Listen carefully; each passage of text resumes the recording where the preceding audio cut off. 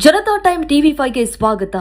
ರೈತಪರ ಕಾಳಜಿ ಜನತಾದಳದ ಹುಟ್ಟುಗುಣ ನಿಖಿಲ್ ಕುಮಾರಸ್ವಾಮಿ.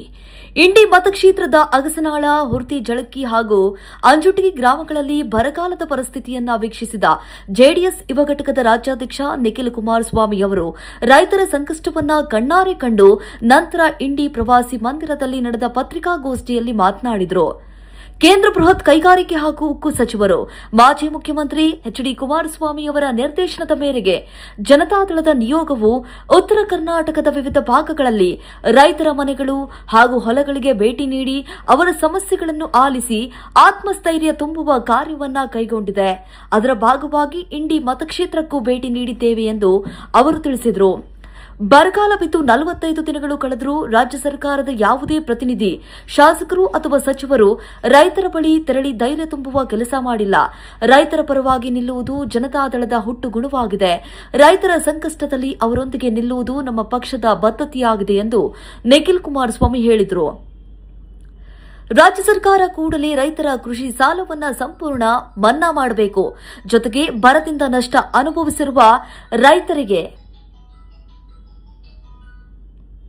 ಪ್ರತಿ ಎಕರೆಗೆ 25,000 ಪರಿಹಾರವನ್ನ ಘೋಷಿಸಿ ತಕ್ಷಣ ವಿತರಿಸಬೇಕು ಎಂದು ಅವರು ಆಗ್ರಹಿಸಿದರು. ಈ ಸಂದರ್ಭದಲ್ಲಿ ಜೆಡಿಎಸ್ ಶಾಸಕಾಂಗ ಪಕ್ಷದ ನಾಯಕ ಸುರೇಶ್ ಬಾಬು, ಮಾಜಿ ವಿಧಾನ ಪರಿಷತ್ ಉಪಸಭಾಪತಿ ಕೃಷ್ಣಾರೆಡ್ಡಿ, ಶಾಸಕರಾದ ರಾಜಗೌಡ ಪಾಟೀಲ್, ಇಂಡಿ ಜೆಡಿಎಸ್ ಅಧ್ಯಕ್ಷ ಬಿಡಿ ಪಾಟೀಲ್, ಜಿಲ್ಲಾ ಅಧ್ಯಕ್ಷ ಮಲ್ಲಿಕಾರ್ಜುನ ಎಂಡಿಗೇರಿ, ಮಾಜಿ ಶಾಸಕ ದೊಡ್ಡನಗೌಡ ಪಾಟೀಲ್, ರಾಮು ರಾಥೋಡ್, ಗಂಗಾಧರ ಗೌಡ ಬಿರಾದರ್ ಹಾಗೆ ಮರಿಯಪ್ಪ, ಗಿರಣಿ ವಡ್ಡರ್, ಸಿದ್ದುರಂಗ, ಆಯುಬ್ ನಾಟಿಕರ್, ಶ್ರೀಶೈಲಗೌಡ ಪಾಟೀಲ್, ರಮೇಶ್ ರಾಥೋಡ್, ರೇವಣಸಿದ್ದ ಗೋಡಕೆ, ದುಂಡು ಬಿರಾದರ್, ಭೀಮನಗೌಡ ಪಾಟೀಲ್, ನಿಯಾಜ್ ಅಗರಖೇಡ, ಯಶವಂತ ಕಾಡೇಗೋಳ, ಸಚಿನ್ ಪಾಟೀಲ್, ಲಕ್ಕಾ ಲಚ್ಯಾಣ, ಬಾಬು ಕಾಂಬ್ಳೆ, ಬಾಳು ರಾಥೋಡ್, ಪಜಲು ಮುಲ್ಲಾ, ರಾಜು ಮುಲ್ಲಾ, ಸಚಿನ್ ಗಿರಣಿ ವಡ್ಡರ್, ಬಿಮರಾ ಪೂಜಾರಿ ಮುಂತಾದವರು ಇದ್ರು. ಜನತಾ ಟೈಮ್ ಟಿವಿ5 ವೀಕ್ಷಿಸಿ. ಸಬ್ಮಿಟ್ ಮಾಡಿದ್ದಾರೆ. ಆ ವರದಿಯ ಒಂದು ಮಾಹಿತಿಯ ಪ್ರಕಾರ ಪ್ರತಿ ವರ್ಷ ವಾಡಿಕೆ ಮಳೆ 116 mm ಏನಾಗಬೇಕಾಗಿತ್ತು. ಕಳೆದ ವರ್ಷ ಅದು 89 mmಗೆ ಕುಸಿತು. ಈ ವರ್ಷ ಅದು 70 mmಗೆ ಕುಸಿತೋಗಿದೆ. ವಾಡಿಕೆ ಮಳೆ ಪ್ರತಿ ವರ್ಷ ಆಗಬೇಕಾಗಿರ್ತಕ್ಕಂಥದ್ದು ವರ್ಷವೂ ಕೂಡ ಕುಸಿತುಕೊ ಬಂದಿದೆ. ಇವೆಲ್ಲವನ್ನ ನೋಡಿದಾಗ ಎಲ್ಲೋ ಒಂದು ಕಡೆ ರೈತರು ಕಂಗಾಲಾಗಿದ್ದಾರೆ. ಇವತ್ತು ನಾವೇನು ಸ್ಥಳ ಪರಿಶೀಲನೆಯನ್ನು ಮಾಡ್ತಕ್ಕಂಥದ್ದಕ್ಕೆ ರೈತರು ಹೊಲಗದ್ದೆಗಳಿಗೆ ಭೇಟಿ ಕೊಟ್ಟಾಗ ಅಲ್ಲಿ ಇವತ್ತು ಒಂದು ಚೂರು ಕೂಡ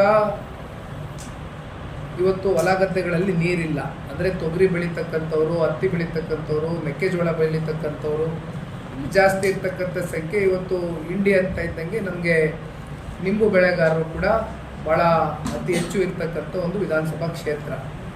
ಒಟ್ಟಾರೆಯಾಗಿ ಇವತ್ತು ರೈತರಿಗೆ ಮಳೆ ಆಗದೆ ಇರ್ತಕ್ಕಂಥ ಹಿನ್ನೆಲೆಯಲ್ಲಿ ಅವರು ಅನುಭವಿಸ್ತಾ ಇರ್ತಕ್ಕಂಥ ಒಂದು ಯಾತನೆ ಏನಿದೆ, ಇದರ ಮಧ್ಯೆ ಇವತ್ತು ಸಾಲ, ಕಳೆದ ವರ್ಷದ ಸಾಲ ಹೆಚ್ಚು ಕಮ್ಮಿ 2,000 ಕೋಟಿಯಷ್ಟು ಸಾಲ ತಗೊಂಡಿದ್ದಾರೆ. ವಾಣಿಜ್ಯ ಬ್ಯಾಂಕ್ಗಳಲ್ಲಿ, ಸಹಕಾರಿ ಬ್ಯಾಂಕ್ಗಳಲ್ಲಿ ಸರಿಸುಮಾರು 2,40,40,000 ರೈತರು ಸಾಲ ಪಡ್ಕೊಂಡಿದ್ದಾರೆ. ಈ ವರ್ಷ ಅದೇ ರೀತಿ 27,000ರಿಂದ 28,000 ರೈತರು 250 ಕೋಟಿಯಷ್ಟು ಸಾಲ ತಗೊಂಡಿದ್ದಾರೆ. ಸಾಲ ಯಾಕೆ ತಗೊಂಡಿದ್ದಾರೆ? ಬಿತ್ತನೆ ಬೀಜ ತಗೊಳ್ತಕ್ಕಂಥದ್ದಕ್ಕೆ, ಖರೀದಿ ಮಾಡ್ತಕ್ಕಂಥದ್ದಕ್ಕೆ, ಗೊಬ್ಬರ ಖರೀದಿ ಮಾಡ್ತಕ್ಕಂಥದ್ದಕ್ಕೆ ಸಾಲ ಪಡ್ಕೊಂಡಿದ್ದಾರೆ.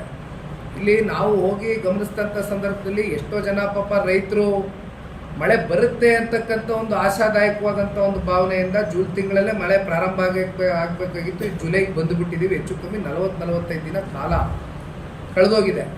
ಅಂದರೆ ಮಳೆ ಬರುತ್ತೆ ಅಂತಕ್ಕಂಥ ಆಶಾದಾಯಕವಾದಂಥ ಒಂದು ಆಲೋಚನೆಯಲ್ಲಿ ಬಿತ್ತನೆಯನ್ನು ಹಾಕಿದ್ದಾರೆ. ಬಿತ್ತನೆ ಹಾಕಿರ್ತಕ್ಕಂಥದ್ದು ಕೈಯಾರೆ ಹತ್ತಿಯನ್ನು ನಾವು ಕೈಗೆ ಎತ್ಕೊಂಡು ನೋಡಿದಾಗ ಒಂದು ಚೂರು ಕೂಡ ಯಾವ ಅಂಶ ಇಲ್ಲ. ಅಲ್ಲಿ ಸಂಪೂರ್ಣವಾಗಿ ಬರಡಾಗೋಗಿದೆ. ನೀರು ಅಂತಕ್ಕಂಥದ್ದು ಕಾಣಲಿಕ್ಕಿಲ್ಲಿ ಸಾಧ್ಯವೇ ಇಲ್ಲ. ಅಂಥ ಒಂದು ಪರಿಸ್ಥಿತಿಲಿದ್ದಾರೆ ರೈತರು. ಇವತ್ತು ಮತ್ತೆ ಸಾಲಗಾರರಾಗಿ ಬಡ್ಡಿಯನ್ನು ಇವತ್ತೇನು ಕಟ್ತಾ ಇದ್ದಾರೆ ವಾಣಿಜ್ಯ ಬ್ಯಾಂಕಿಗೆ, ಸಹಕಾರಿ ಬ್ಯಾಂಕಿಗೆ. ಇವತ್ತು ನಾನು ಸರ್ಕಾರಕ್ಕೆ ಒತ್ತಡ ಮಾಡ್ತಕ್ಕಂಥದ್ದು ಇಷ್ಟೇ, ಸರಿಸುಮಾರು 135 ತಾಲೂಕುಗಳಲ್ಲಿ, ಇದು ನಾವು ಹೇಳ್ತಾ ಇರ್ತಕ್ಕಂಥ ವರದಿ ಅಲ್ಲ, ಇದು ಇದು ಅಧಿಕೃತಗೊಳಿಸೋದಕ್ಕೆ ಯಾಕೆ ಇಷ್ಟು ತಡ ಮಾಡ್ತಾ ಇದ್ದಾರೆ ನನಗೆ ಗೊತ್ತಿಲ್ಲ. KSNMDC ಕಡೆಯಿಂದ ಬಂದಿರತಕ್ಕಂಥ ದತ್ತಾಂಶಗಳ ಪ್ರಕಾರವಾಗಿಯೇ ಮಾತನಾಡ್ತಾ ಇದ್ದೇನೆ. 135 ತಾಲೂಕುಗಳು ಬರಪೀಡಿತ ಪ್ರದೇಶಗಳು ತಾಲೂಕಾಗಿ ಹೊರಹೊಮ್ಮಿದೆ ಅಂತಕ್ಕಂಥದ್ದು ಅಧಿಕೃತವಾಗಿ ಈ ಕೂಡಲೇ ಆ ವರದಿ ಪ್ರಕಾರ ವರದಿ ಮೂಲಗಳೇನು ತಿಳಿಸ್ತಾ ಇದೆ, ಇದು ಸರ್ಕಾರ ಅಧಿಕೃತವಾಗಿ ಇದನ್ನು ಹೊರಗಾಕಬೇಕು. ಜೊತೆಯಲ್ಲಿ ಇವತ್ತು ಸಾಲದ ಹೊರೆ ಇವತ್ತು ರೈತರ ಹೆಗಲ ಮೇಲೆ ಮತ್ತೊಮ್ಮೆ ಏನು ಹೊತ್ಕೊಂಡಿದ್ದಾರೆ, ಇದನ್ನ ಮತ್ತೆ ಅವರ ಇವತ್ತು ಕೃಷಿ ಭೂಮಿಗಳನ್ನ ಅಡ ಇಟ್ಟೋ ಅಥವಾ ಮತ್ತಿತ್ಯ ಯಾವ ಥರ ಇವತ್ತು ಸಾಲ ತಗೊಂಡಿದ್ದಾರೆ, ಕೊನೆಗೆ ಅವರ ಆಸ್ತಿಗಳ ಜಪ್ತಿ ಆಗಬಾರ್ದು. ಆ ರೀತಿ ಸರ್ಕಾರಗಳು ಕಟ್ಟುನಿಟ್ಟಿನ ಕ್ರಮವನ್ನು ತಗೊಂಡು ರೈತರ ಪರವಾಗಿ ನಿಲ್ಬೇಕಾಗಿರ್ತಕ್ಕಂಥದ್ದು ಅವ್ರ ಧರ್ಮ. ಜೊತೆಯಲ್ಲಿ ಇವತ್ತು ಗೋಶಾಲೆಗಳ ಬಗ್ಗೆ ಕೃಷ್ಣಾರೆಡ್ಡಿ ಸಾಹೇಬರು ಮಾತನಾಡ್ತಾ ಇದ್ರು, ರೈತರೆಲ್ಲ ಹೇಳ್ತಾ ಇದ್ರು ಒಂದೇ ಮಾತು, ಇವತ್ತು ಹಸಿರು ಮಾವು ಇವತ್ತು ರೈತರಿಗೇನು ಸಿಕ್ಕಬೇಕಾಗಿತ್ತು, ಆ ಮಾವು ಸಿಗದೆ ಹೋಗಿರ್ತಕ್ಕಂಥ ಹಿನ್ನೆಲೆಯಲ್ಲಿ ಇವತ್ತು ನಮ್ಮ ಎತ್ತುಗಳೇನಿದೆ, ಎತ್ತುಗಳು, ಹಸ, ಕರ ಇವೆಲ್ಲವಕ್ಕೂ ಮೇವೇನ ಸಿಗಬೇಕಾಗಿದೆ, ಸಿಕ್ಕಿಲ್ಲ. ಹಾಗಾಗಿ ಇವನ್ನ ಕಸಾಯಖಾನೆಗೆ ಹಾಕಿ ಅಲ್ಲಿಂದ ಒಂದಷ್ಟು ಬರ್ತಕ್ಕಂಥ ದುಡ್ಡನ್ನು ತಗೊಂಡು ಬರ್ತಕ್ಕಂಥ ಬಹುಶಃ ಮುಂದಿನ ದಿನಗಳಲ್ಲಿ ಇವು ಕೂಡ ಪ್ರಾರಂಭ ಆಗ್ತಕ್ಕಂಥದ್ದು ಕೂಡ ನಾವು ನೋಡ್ಬೋದು. ಹಾಗಾಗಿ ಇವೆಲ್ಲ ತಡೆಗಟ್ಟಬೇಕು ಅಂತಕ್ಕಂಥದ್ದಾದರೆ ಮೇವು ಬ್ಯಾಂಕನ್ನು ಕೂಡ ಅತಿ ಶೀಘ್ರದಲ್ಲೇ ಪ್ರಾರಂಭ ಮಾಡ್ತಕ್ಕಂಥದ್ದಾಗಬೇಕು. ಅಷ್ಟೇ ಅಲ್ಲ, ಗೋಶಾಲೆನೂ ಕೂಡ ಅಷ್ಟೇ ಅಲ್ಲ, ಇವತ್ತು ಕುಡಿಯೋ ನೀರಿನ ಅಭಾವ ಬಹುಶಃ ಇನ್ನು ಮುಂದೆ ನಮಗೆ ತಿಳಿತಾ ಹೋಗ್ತದೆ. ನಮ್ಮ ಅನಿಸಿಕೆ ಪ್ರಕಾರ ಮಾನ್ಯ ಬಾಬಣ್ಣ ಅವರು ಇಲ್ಲೇ ಕೂತಿದ್ದಾರೆ, ನಾವೆಲ್ಲರೂ ಒಪ್ಕೊಳ್ಬೇಕಾಗಿರ್ತಕ್ಕಂಥ ವಿಚಾರ, ಸರ್ಕಾರಕ್ಕೆ ಒತ್ತಾಯ ಮಾಡಬೇಕಾಗಿರ್ತಕ್ಕಂಥ ವಿಚಾರ, ಪಕ್ಷದ ವತಿಯಿಂದ ಕನಿಷ್ಠ ಪಕ್ಷ ಒಂದು ವಿಧಾನಸಭಾ ಕ್ಷೇತ್ರಕ್ಕೆ ಅಥವಾ ಒಂದು ತಾಲೂಕಿಗೆ 5 ಕೋಟಿ ಕುಡಿಯೋ ನೀರಿಗೆ ವಿಶೇಷವಾದಂಥ ಒಂದು ಪ್ಯಾಕೇಜನ್ನು ಘೋಷಣೆ ಮಾಡ್ತಕ್ಕಂಥದ್ದು ಕೂಡ ಸೂಕ್ತವಾದಂಥ ವಿಚಾರ.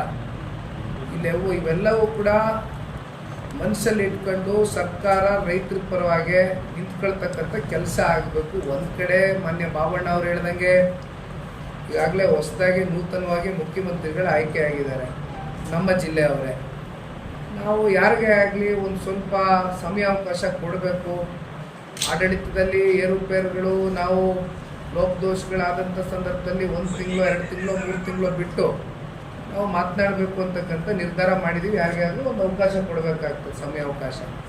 ಆದರೆ ಇದ್ರ ಮಧ್ಯೆ ಏನಾಗಿದೆ, ಇಲ್ಲಿ ಯಾವ ಒಂದು ಕೃಷಿ ಮಂತ್ರಿ ಸಮರ್ಪಕವಾಗಿ ಕೆಲಸ ಮಾಡೋದಕ್ಕೆ ಆ ಸ್ಥಾನದಲ್ಲಿ ಕೂರಬೇಕಾಗಿತ್ತು, ಇಲ್ಲಿವರೆಗೂ ಕೂಡ ಕ್ಯಾಬಿನೆಟ್ಟು ಸಂಪೂರ್ಣವಾಗಿ ರಚನೆ ಆಗಿಲ್ಲ. ಅದನ್ನು ಕಾಲಹರಣ ಮಾಡಿಕೊಂಡು ಬಹುಶಃ ಕೇಂದ್ರದಲ್ಲಿರ್ತಕ್ಕಂಥ ಅವರ ನಾಯಕರು ರಾಹುಲ್ ಗಾಂಧಿ ಅವರು 18 ದಿನಗಳ ಕಾಲ ಏನೋ ವಿದೇಶ ಪ್ರವಾಸದಲ್ಲಿದ್ದಾರೆ ಅಂತಕ್ಕಂಥದ್ದು ಕೇಳ್ಪಟ್ಟು 6ನೇ ತಾರೀಕು ಬರ್ತಾರೆ ಅಂತ ಹೇಳಿದ್ರು, ಮತ್ತು ನಿನ್ನೆ ಬಂದಿದ್ದಾರೆ. ನಮ್ಮ ರಾಜಣ್ಣ ಅವ್ರು ನೋಡಿ ವರದಿ ತರಿಸ್ಕೊಂಡಿದ್ದಾರೆ. ಹಾಗಾಗಿ ಕ್ಯಾಬಿನೆಟ್ಟು ಅದು ಯಾವಾಗ ರಚನೆ ಮಾಡ್ತಾರೋ ಅದು ದೇವರೇ ಬಲ್ಲ. ಇದ್ರ ಮಧ್ಯೆ ಏನಾಗಿದೆ, ಬರ ಬಂದಿರತಕ್ಕಂಥ ಹಿನ್ನೆಲೆಯಲ್ಲಿ ಯಾರು ಕೂಡ ಇಲ್ಲಿ ಜಿಲ್ಲೆ ಉಸ್ತುವಾರಿ ಮಂತ್ರಿಗಳಿರ್ಬೋದು, ಇಲ್ಲಿರ್ತಕ್ಕಂಥ ಯಾರೇ ಶಾಸಕರುಗಳಿರ್ಬೋದು, ಬಂದು ರೈತರ ಹೊಲ ಗದ್ದೆಗಳಿಗೆ ತೆರಳಿ ಕನಿಷ್ಠ ಪಕ್ಷ ಒಂದು ಸಾಂತ್ವನವನ್ನು ಹೇಳಿ ಒಂದು ಧೈರ್ಯ ತುಂಬಿಸಿ ಬರ್ತಕ್ಕಂಥ ಪ್ರಯತ್ನವೂ ಕೂಡ ಸರ್ಕಾರ ವತಿಯಿಂದ ಇಲ್ಲಿವರೆಗೂ ಮಾಡಿಲ್ಲ ಯಾರು ಕೂಡ. ಆದರೆ ಬಾಬಣ್ಣ ಅವರು ಹೇಳ್ದಂಗೆ ಜನತಾದಳ ಪಕ್ಷ ಅಂದರೆ ನಿಮ್ಮೆಲ್ಲರಿಗೂ ಗೊತ್ತಿದೆ, ಇದು ಒಂದು ಪ್ರಾದೇಶಿಕ ಪಕ್ಷ, ರೈತರ ಒಂದು ಹೋರಾಟದಿಂದನೇ ಹುಟ್ಟುತ್ತಿದ್ದಿರ್ತಕ್ಕಂಥ ಪಕ್ಷ ಕರ್ನಾಟಕ ರಾಜ್ಯದಲ್ಲಿ. ಹಾಗಾಗಿ ನಮ್ಮದಾದಂಥ ಒಂದು ಬದ್ಧತೆಯನ್ನು ಇಟ್ಕೊಂಡಿದ್ದೀವಿ, ಒಂದು ಕಾಳಜಿಯನ್ನು ಇಟ್ಕೊಂಡಿದ್ದೀವಿ ರೈತರ ಪರವಾಗಿ. ಆ ನಿಟ್ಟಿನಲ್ಲಿ ನಾವು ಇವತ್ತು ಕಿತ್ತೂರು ಕರ್ನಾಟಕದ ಈ ಒಂದು ಪ್ರವಾಸವನ್ನು ಕೈಗೆನೆತ್ಕೊಂಡಿದ್ದೇವೆ. ಬಹುಶಃ ಸರ್ಕಾರಕ್ಕೆ ಮುಂದಿನ ದಿನಗಳಲ್ಲಿ ಅಧಿವೇಶನದ ಸಂದರ್ಭದಲ್ಲಿ, ಆಗಸ್ಟ್ ತಿಂಗಳಲ್ಲಿ ಅಧಿವೇಶನ ನಡೆಯುತ್ತೆ, ಇನ್ನು ಅಧಿಕೃತವಾಗಿ ದಿನಾಂಕ ಘೋಷಣೆ ಆಗಿಲ್ಲ. ರೈತರಿಗೆ ಈಗಾಗಲೇ ಹೇಳಿದ್ದೇವೆ, ಭರವಸೆಯನ್ನು ಕೊಟ್ಟಿದ್ದೇವೆ. JDNP ನಾಯಕರು ಮಾನ್ಯ ಬಾಬಣ್ಣ ಅವರು, ನಮ್ಮ ಪಕ್ಷದ ಈ ಭಾಗದ ಶಾಸಕರಾಗಿರ್ತಕ್ಕಂಥ ರಾಜುಗೌಡರು ಕೂಡ ನಮ್ಮ ಜೊತೆಯಲ್ಲಿದ್ದಾರೆ. ಇವೆಲ್ಲರೂ ಸೇರಿ ಸದನದ ಒಳಗಡೆ ಸರ್ಕಾರಕ್ಕೆ ಇಲ್ಲಿರ್ತಕ್ಕಂಥ ನೈಜ ಸ್ಥಿತಿಗತಿಗಳೇನಿದೆ, ರೈತರ ಸಮಸ್ಯೆಗಳೇನಿದೆ, ಇದನ್ನು ಯಾವ ರೀತಿ ಬಗೆಹರಿಸ್ಬೋದು, ತಾತ್ಕಾಲಿಕವಾಗಾದರೂ ಸರಿ ಒಂದು ಪರಿಹಾರವನ್ನು ಕಂಡುಕೊಡ್ತಕ್ಕಂಥದ್ದಕ್ಕೆ ನಾವೆಲ್ಲರೂ ಕೂಡ ಭಾಳ ಗಟ್ಟಿಯಾಗಿ ಒತ್ತಾಯ ಮಾಡ್ತಕ್ಕಂಥದ್ದು. ಎಕರೆಗೆ ಕನಿಷ್ಠ ಪಕ್ಷ 25,000 ರೂಪಾಯಿ ಪರಿಹಾರವನ್ನು ಘೋಷಣೆ ಮಾಡಬೇಕಾಗಿದೆ. ಕಾರಣ ಇಡೀ ರಾಜ್ಯದಲ್ಲಿ 70 ಲಕ್ಷ ಸಣ್ಣ ರೈತರು, ಅತಿ ಸಣ್ಣ ರೈತರು ಅಂತಕ್ಕಂಥ ಒಂದು ವರ್ಗ ಇದೆ. ಅದರಲ್ಲಿ 70 ಲಕ್ಷ ಜನ ರೈತರು ಬರ್ತಾರೆ. ಅಂಥವ್ರನ್ನ ಇವತ್ತು ಉಳಿಸ್ತಕ್ಕಂಥ ಕೆಲಸ ಮಾಡಬೇಕಾಗಿದೆ. ಕಾರಣ ಅವ್ರಿಗೆ ವ್ಯವಸಾಯ ಬಿಟ್ಟರೆ ಬೇರೆ ಇನ್ಯಾವುದೇ ರೀತಿಯಾದಂಥ ವ್ಯಾಪಾರ ಆಗಲಿ ವಹಿವಾಟುಗಳಾಗಲಿ ರೈತರು ಇಟ್ಕೊಂಡಿರ್ತಕ್ಕಂಥವ್ರಲ್ಲ. ಇವತ್ತು ಬಿತ್ತನೆ ಹಾಕೋದಕ್ಕೂ ನಾನು ಹೇಳಿದ್ದೀನಿ, ಸಾಲ ತಗೊಂಬಂದು ಬಿತ್ತನೆ ಹಾಕಿದ್ದಾರೆ, ಮಳೆ ಬರುತ್ತೆ ಅಂತ ಆಶಾದಾಯಕವಾಗಿ ಬಿತ್ತನೆ ಹಾಕಿದ್ದಾರೆ. ಆದರೆ ಬಿತ್ತನೆ ಹಾಕಿರ್ತಕ್ಕಂಥದ್ದು ಕಣ್ಣಾರೆ ನಾವು ನೋಡಿದ್ದೇವೆ. ಹತ್ತಿ ಆಗಲಿ ಅಥವಾ ತೊಗರಿ ಆಗಲಿ ಇದು ಯಾವುದು ಕೂಡ ಇವತ್ತು ಹೊರಹೋಗ್ತಕ್ಕಂಥದ್ದಕ್ಕಾಗೋದಿಲ್ಲ ಇವತ್ತಿರ್ತಕ್ಕಂಥ ಪರಿಸ್ಥಿತಿನಲ್ಲಿ. ಹಾಗಾಗಿ ನಾವು ಸರ್ಕಾರಕ್ಕೆ ಭಾಳ ಗಟ್ಟಿತನದಿಂದ ಒತ್ತಾಯ ಮಾಡ್ತೀವಿ. ಇವತ್ತು ನಿಮಗೆ ಗೊತ್ತಿದೆ, ಇಲ್ಲಿರ್ತಕ್ಕಂಥ ಕೃಷ್ಣಾ ಕಣಿವೆಯ ಒಂದು ಪ್ರಮುಖವಾದಂಥ ನಮ್ಮ ಆಲ್ಮಟ್ಟಿ ಡ್ಯಾಮ್ ಇವತ್ತು ಅಲ್ಲಿ ಮಹಾರಾಷ್ಟ್ರ ಪಶ್ಚಿಮ ಘಟ್ಟದಿಂದ ಹರಿದು ಬಂದಿರತಕ್ಕಂಥ ಓವರ್ಫ್ಲೋ ಆಗಿರ್ತಕ್ಕಂಥ ನೀರೇನಿದೆ ಅದನ್ನಾದರೂ ಕನಿಷ್ಠ ಪಕ್ಷ ಇವತ್ತು ಬಿಡ್ತಕ್ಕಂಥ ಕೆಲಸ ಮಾಡಬೇಕು. ಜೊತೆಯಲ್ಲಿ ಇಲ್ಲಿ ಒಂದು 10-15 ಹಳ್ಳಿಗಳು ನಮ್ಮ ಭೀಮಾ ನದಿಯ ವ್ಯಾಪ್ತಿಗೆ, ಇಲ್ಲಿ ನಮ್ಮ ಜಲಾಶಯ ಭೀಮಾ ನದಿಯ ಈ ವ್ಯಾಪ್ತಿಗೆ ಬರ್ತಕ್ಕಂಥ ಒಂದು 15-20 ಹಳ್ಳಿಗಳು ಕೇಳ್ತಾ ಇದ್ದೆ ನಾನು.